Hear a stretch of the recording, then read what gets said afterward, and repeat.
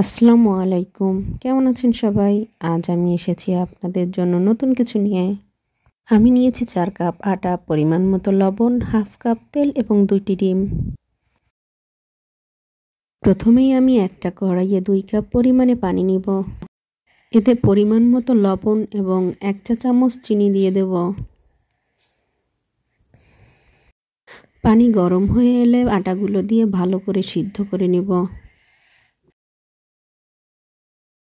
আটা ভালো করে সিদ্ধ হয়ে গেলে ১ চা চামচ পরিমাণে তেল দিয়ে এটা ভালো করে কিছু সময়ের জন্য ঢেকে রেখে দিব। আপনারা দেখতেই পারছেন আটাগুলো কেমন সিদ্ধ করেছি। এটা গরম থাকতেই মেখে নিব। এখানে ২টো ডিম ভেঙে নিয়েছি। এখানে অল্প অল্প করে আমরা আটাটার সাথে মেখে নিব।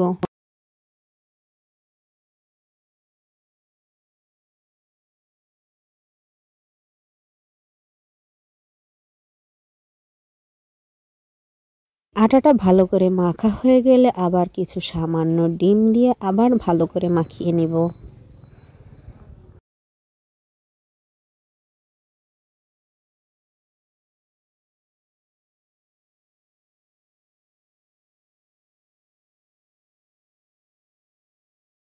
এভাবে কয়েকবারে ডিমটা দিয়ে ভালো করে আটাটা মাখিয়ে নিব।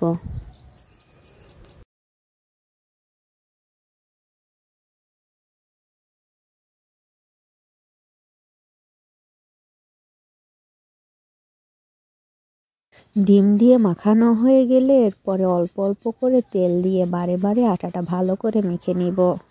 আটাটা যত ভালো করে মাখা হবে তত ভালো ফুলবে এবং ভিজবে।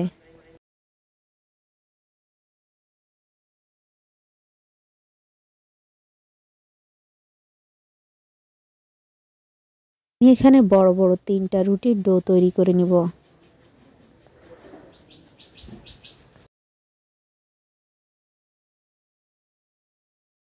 আমি এখানে ডো থেকে একটি মোটা সাইজের রুটি তৈরি করে নিব।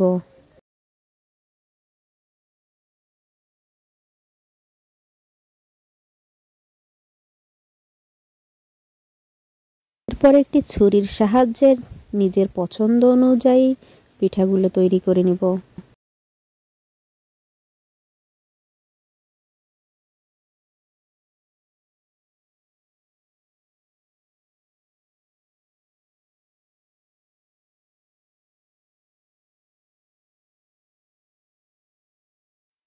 আপনারা দেখে হয়তো বুঝতে পারছেন যে রুটিটা কতটুকু পুরুত্ব করেছি।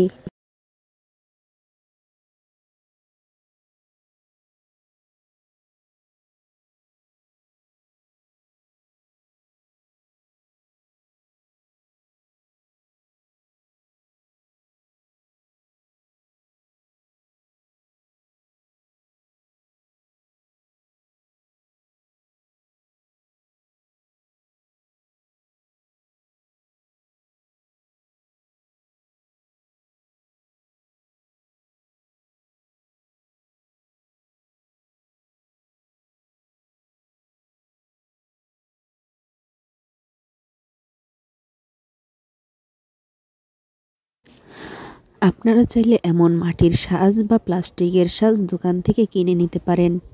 তা থেকেও সুন্দর সুন্দর ডিজাইনের পিঠা তৈরি করে নিতে পারেন।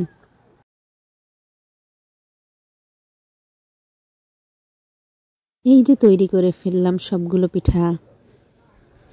একটি কড়াইয়ে তেল দিয়ে তা মাঝারি আঁচে গরম করে নিব। এখন একটি একটি করে পিঠাগুলো দিয়ে দিব।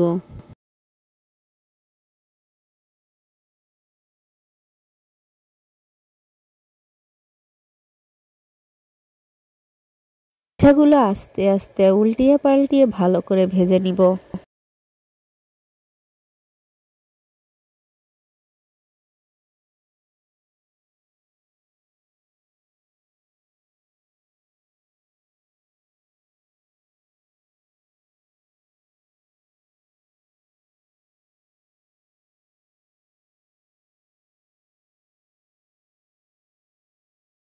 পিঠাগুলো যখন বাদামি রঙের ধারণ করবে তখন পিঠাগুলো উঠিয়ে নেব।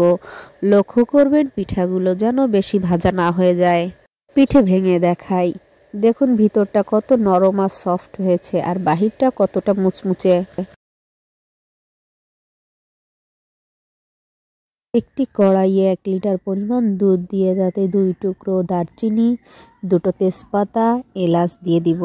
এতে আমি সামান্য পরিমাণে লবণ দিয়ে দিব, কিন্তু যারা মিষ্টি জিনিসে লবণ খেতে পছন্দ করেন না তারা স্কিপ করতে পারেন। এরপর আমি এতে 1 কাপ পরিমাণে চিনি দিয়ে নাড়িয়ে দিব। এখন এতে আমি 1/2 কাপ পরিমাণে বাদাম কুচি এবং 1/2 কাপ পরিমাণে কিশমিশ দিয়ে দিব। চুলা থেকে নামিয়ে গরম দুধে পিঠাগুলো দিয়ে সারা রাতের জন্য ঢেকে রেখে দিব। সারা রাতের জন্য না হলেও কম করে হলেও 4 ঘন্টা পরে আপনারা এটা পরিবেশন করতে পারেন। এই দেখুন তৈরি হয়ে গেল মজাদার পিঠা। দেখুন কতটা নরম আর সফট হয়েছে। এমন মজার মজার সব রেসিপি পেতে আমার চ্যানেলটি সাবস্ক্রাইব করে বেল বাটনটি টিপে দিবেন। আল্লাহ হাফেজ।